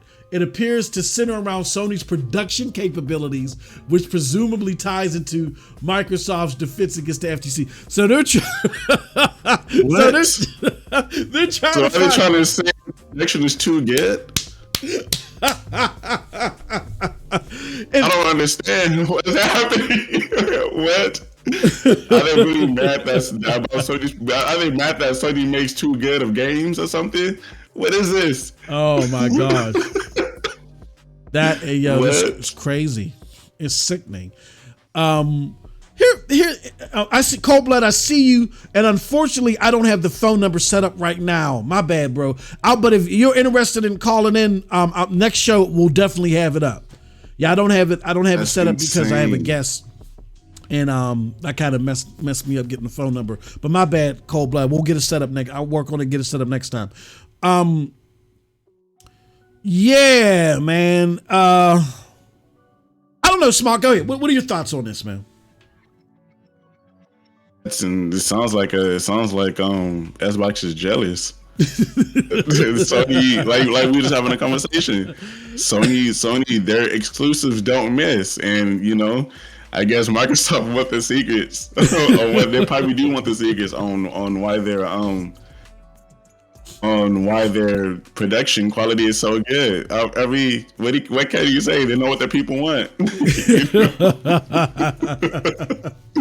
That's crazy.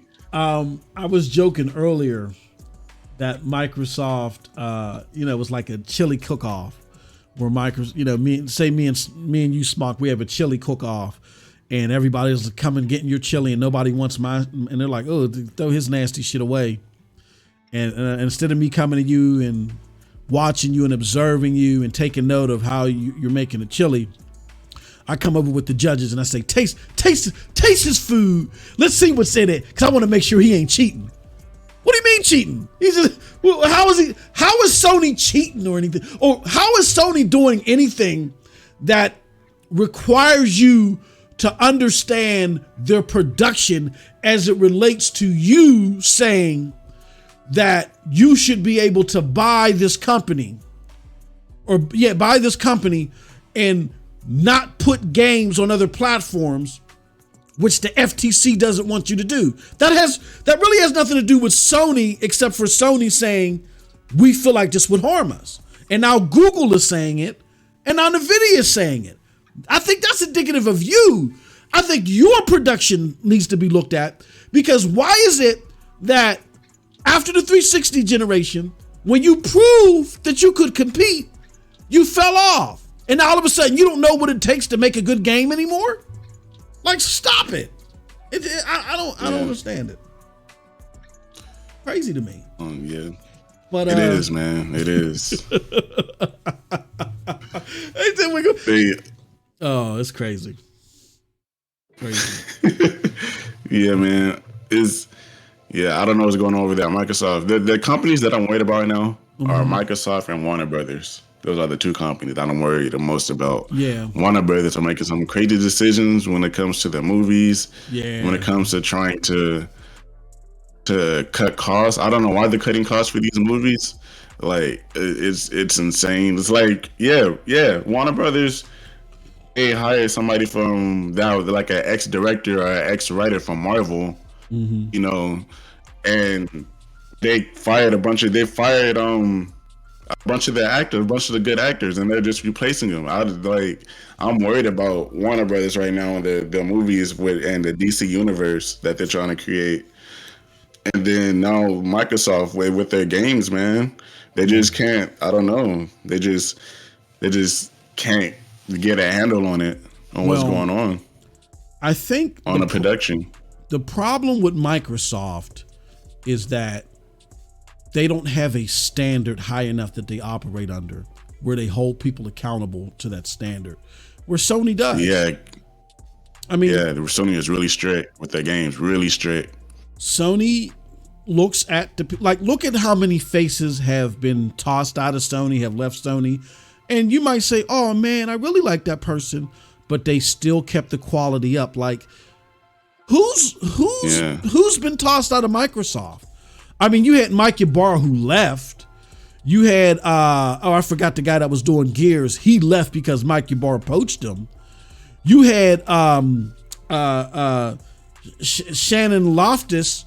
She was ousted she retired after she was like kind of demoted because she called somebody fat on Twitter.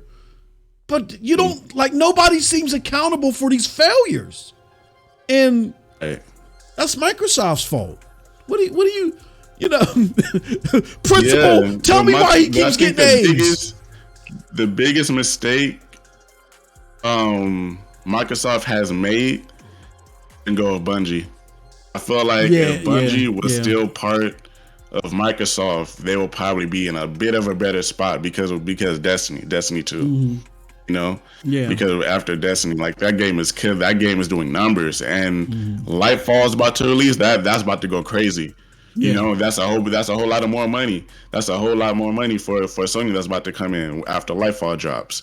You know, and then they got Final Fantasy.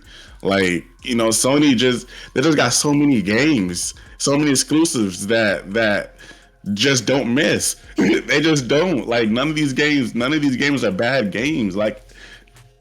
I don't think Sony has not one bad exclusive. I don't know. Devil May Cry did good. Mm-hmm. I don't know. I don't know any bad Sony exclusives. Well, I'm gonna be honest. I wasn't the biggest fan. I'm just talking about recent games. I wasn't the biggest fan of Death Stranding. I didn't like Death Stranding. That's one. The Kojima game. That's the walking simulator. Yeah, the walking simulator. Right? With the guy from Walking Dead. Yeah. I wasn't the biggest fan of that one. But again. Yeah, the game was boring. But it looked good though. Yeah. But when you have 70-80% dopeness rating on your titles, who cares if you have a dud every now? That's not the problem, is that every Xbox game doesn't have to be perfect. But damn, what is the standard? Yeah. That's why they're betting so hard. Forza is their last hope. Yeah. If Forza 7 does bad, it's over for Microsoft. I'm sorry. They just gotta focus on. They just gonna have to go the Stadia route. Just focus on third-party games. You know. Well, they're hoping Starlight or Starfield. What's that? That's the Bethesda game. They're hoping that I'm even. I think Starfield. I forgot about that game. I think they can afford to have a bad Forza if Starfield does well. If Starfield does bad, in my opinion, because that's what they're banking all their chips on now, I think if Starfield does bad and they don't get the APK deal, then I'm with you. Yeah, they're gonna have to become just third. They're gonna have to do some third party stuff. Yeah. I mean, the reason why I'm saying that is because Forza is a staple in the Xbox community. It's been there since the very first Xbox. So if they don't get Forza Motorsport 7 right, that's how you know they in the trenches. Yeah. It's gonna be hard to come out because Forza is like the Gran Turismo. It's not Gran Turismo, but it's like the Gran Turismo for Xbox. Mm-hmm. That's their racing game that all hardcore racing fans, when the hardcore ones, they use that game to say, oh, this is why Xbox is a little bit better because Forza's racing game. They try to hold that over our heads. So if that game doesn't do well and they let down the racing fans, then it's gonna be all bad. It's gonna be all bad. So here's my question to you then. 2023 ends. All right. Let's just say Starfield doesn't. Because I'm like this. It's not about Microsoft putting out good games, or they have to put out a banger. And when I mean a banger, AAA game, transformative, that changes the landscape of gaming, that other developers want to mimic, and then you start seeing clones of it. You know what I'm saying? That's how successful it is. I feel like in order for that to happen, Starfield has to be like a 93, meaning that it just grasps the hearts of most of the critics, regardless of what they like. But let's just say it doesn't do that. Then Redfall comes out. That's a dud. Forza, mediocre. But then PlayStation comes out with, we got Marvel coming out this year, Spider-Man 2. I can't remember. And then the Wolverine game. The Wolverine game might come out this year. Then, but Herm Hulst, remember he told us, was it 2 years ago, I think, that there's 26 games in the pipeline, and we know Sony is keeping everything close to the vest. So if anybody believes that the games that they announced are the only ones coming out in 2023, you're sadly mistaken. And Sony comes out with like 3 games that just blow up the charts. Your Xbox in 2024, like what is your focus? If you're in charge, they remove Phil, or no. Phil's still there, but they come to you and they advise, they say, Smock, all right, we had a horrible 2023 and we really needed that one. What do we do now? What do you say to them? I would say they have to come up with I would say we need console sellers. So we need exclusives that are going to sell the game. We need something with a banging story, like you said, like something that's transformative that'll get the people talking about it.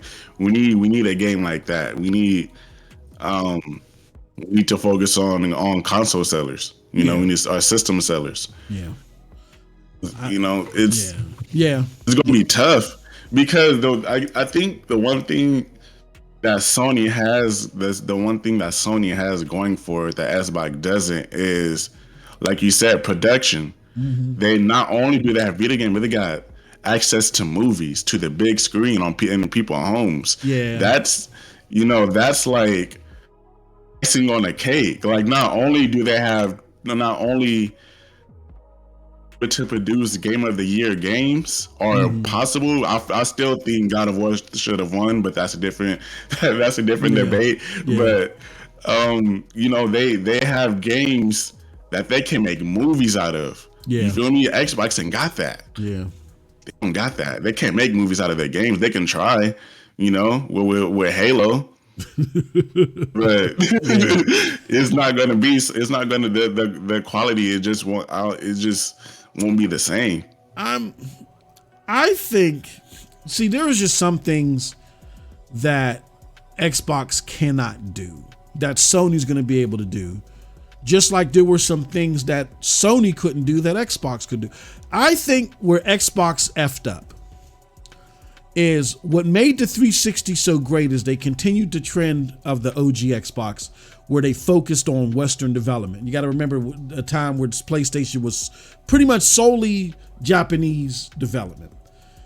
And when the Xbox One generation came, they diverted from going to their Western partners and creating new experiences.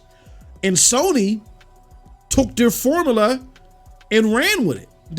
They brought in Naughty Dog, or they changed Naughty Dog's scope. Then Infamous started coming out, and then you know what I'm saying, and then God of War and all. So they took the Western developed games that made 360 so great, and they stole that. Then went back to the Japanese developers and said, "Okay, now y'all can continue what y'all were doing for us before." I think Microsoft is going to have to find a way to again partner with some state-of-the-art developers, and they're going to have to come up and do something new. And this game with Kojima, this cloud game, I don't think this is going to be it, because regardless of what you think about Kojima, even if he has the baddest ass game in mind, I don't imagine it being badass on xCloud. You know what I'm saying? Like I just don't see it. Like they gotta go and get with some new blood that can create some bad ass stuff, and they got to come up with an identity, but it's not this. It's not this. It ain't working, man. It ain't working. So, can I make a joke real quick? Go ahead. The Xbox needs a Ghost Simulator 3. No, I'm just playing. Yo, what is this trailer? Not to change the subject, but that is probably the most random trailer I've ever seen the Ghost Simulator, in my entire life. With Ghost Simulator 3. Like, what? That's a wacky game. It's not a game for me. It's a wacky game. It definitely ain't for me. But that game is crazy. There's so much random stuff happening in that trailer. That is just funny. Goats walking in the boardrooms and bazooka people. That trailer is funny. But yeah, man, crazy stuff. Awesome conversation. I got one last piece for you, and this is kind of like more PC related, but I feel like it's an interesting conversation. So, I saw somewhere where the latest 4000 series of memory or GPUs. Here, let me go here. The latest 4090 could run games at 13K. Nobody has a 13K display. So we just got 8K. Exactly. Yeah. 8K just came into existence retail wise. But I don't know if you've been like me, Smock, where you've bought like a 10 series card and then a 20 series card and a 30 series. All of those cards to me were busts. After like 6 months, they were already obsolete to me, meaning I couldn't play at a high performance on games. But hearing that the 4090 can play games at 13K, I've been telling people, I think that the 40 series RTX cards are the real deal. They're going to have some longevity to them. I mean, do you think that this story that the card can run at 13K gives hope to people that it'll last longer than the other cards? Yeah, but you know how Nvidia is. They're gonna try to make something bigger and better. Eventually make it seem like, oh, this one's this much, this percentage higher than the other one. I honestly, before I got a PlayStation, I was trying to buy a PC. Before I got my PlayStation, I was trying to buy a PC. Just to let you guys know, this is my second PlayStation. I had my first one, but after I beat the Amazing Spider-Man game on it, I gave it and I beat the first God of War.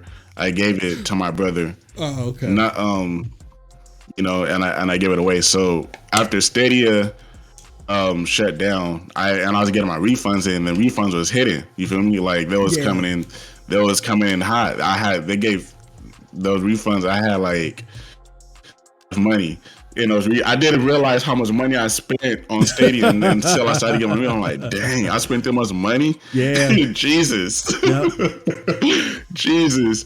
But I was gonna buy a PC, but I really wanted a 30 series. I don't want a 40, so I want a 30 series.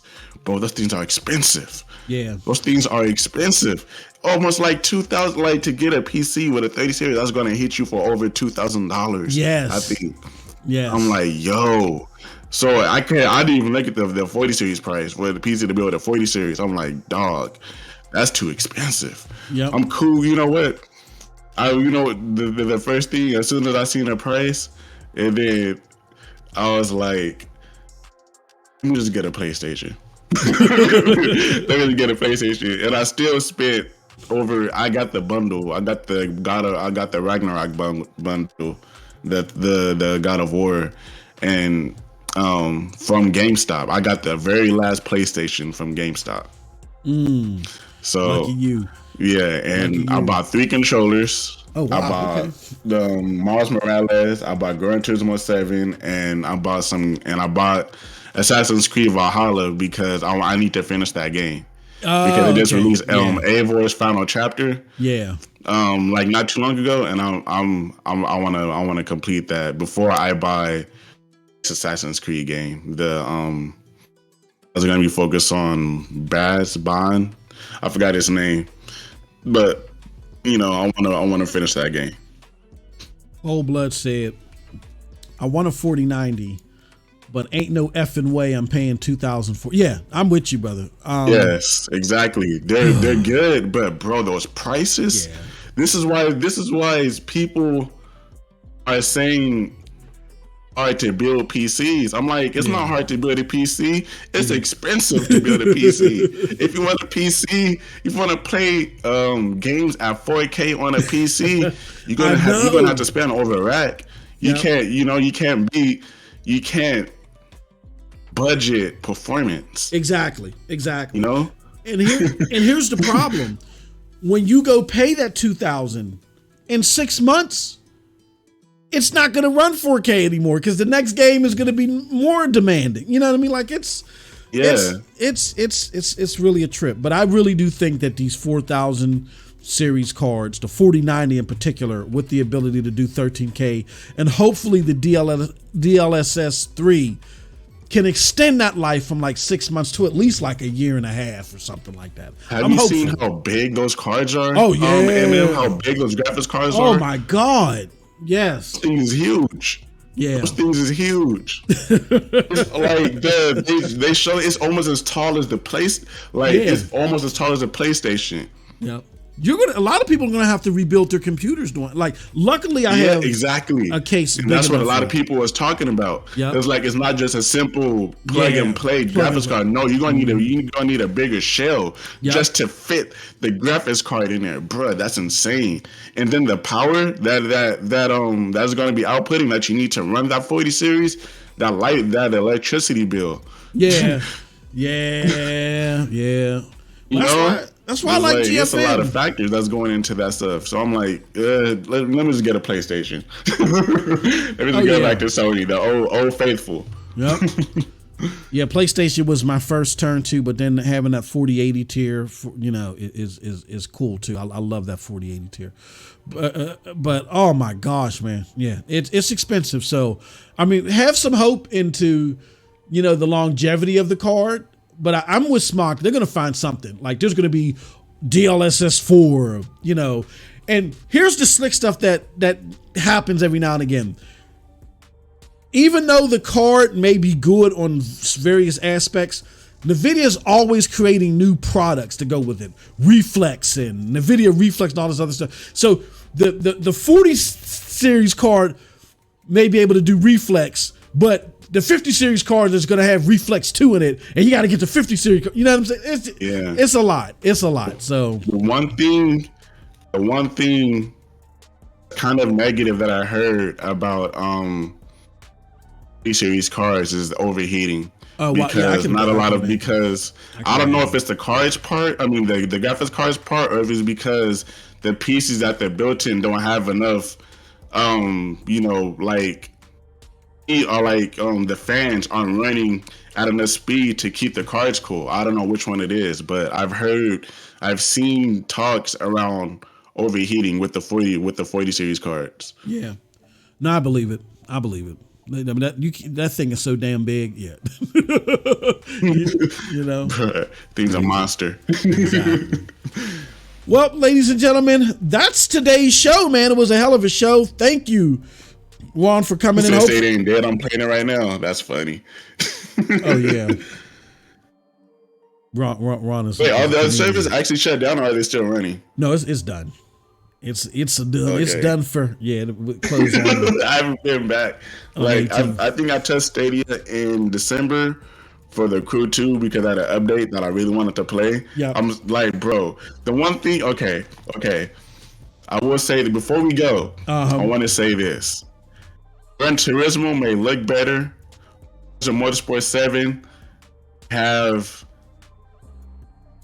better graphics, but the Crew 2 has the best post-game support that I've seen for any racing game ever. It's still going hands strong. Down. Wow. Hands down. They just released another update. They're still adding new cars. They're still adding content updates. Crew 2, hands down, has the best post-launch support I've seen in any racing game ever. Wow. That's amazing. Yeah. It is. They keep me coming back. That's the whole reason why. The whole reason why I want the Google Takeout is so I can play the Crew 2 on PS5. Oh, without starting all the way over. I think you can still do That's the takeout reason why. after they close. I think you can still do it. I think I think the information. I did it already. Oh, you did it? I did it Okay. already. Okay. I just good. don't know how. I just don't know if I'm going to be able to put that data on the PS5 in order to be able to read the data. Oh yeah, you're not. Well, is the PC version, is it cross play with the PlayStation 5? Because if it is, then you might be able to do play it. as far as I know. Okay, yeah. If they don't have the cross progression or if they don't have the cross progression rather with the console in the PC version, then I don't think you'll be able to do it. But call customer support. They'll help you. Blood Sensei, the Crew 2 is not dead. I promise you, if you go online right now, you will find the people will be online playing that game. Wow. People are already. It may not be a lot of people, but the Crew 2 has a very loyal fan base. To a solid game. They've added graphics updates. They've added handling updates. They add new cars. They add new cars. They add new content drops that's new and fresh to the game. They have weekly leaderboard tournaments. Like, this game is not dead. Yeah, that's dope. That's definitely dope. Hey, Mark, let the good people know where they can find you at, man. Yeah, man, you can find me on YouTube. I keep changing my name on YouTube. It's at Smock. It's at X Smock Junior X on YouTube. You can find me on Twitter at N2OLA. You can find me on Instagram at Smock Junior. And assuming everybody here has a PlayStation, bro, add me on PlayStation, add my PSN. I need friends. I loaded up I haven't touched my PlayStation Network in so long. My only friend, like pretty much my only friends, is friends that I played Destiny 1 with from years ago, that's now playing Destiny 2, and my family. So I need friends on PlayStation Network. So, but you drop your, what's your PlayStation, your PSN? My PSN is, where is it? My PSN is Smock. Hold on, I'm gonna type it in the chat. Okay, all right, he's gonna type it in the chat. Cool. All right. While he's typing that in there, you guys know where y'all can find me. Y'all can find me here, MM2K Gaming, where I'm gonna be, after I play Forspoken, I'm gonna have some crispy 4K, ultra 4K videos for the quality stream series. I'm going to also be back here tomorrow streaming Forspoken, okay? And then also join me Friday as I do some more God of War. We got to get through God of War. I'm too early on, so we got to check me out on MM2K Gaming YouTube for God of War. But I'm going to be playing some more Forspoken here tomorrow. And with that said, that is it. Smock dropped his PSN. It's Smock by N, the number 2 and the letter O. So check that out. All right, y'all. With that said, thank y'all for joining us. Hell of a series, hell of a episode today. Hopefully we can get Smock back next week. And until next time, Yes, sir. Have a wonderful, wonderful gaming day. Peace. Peace.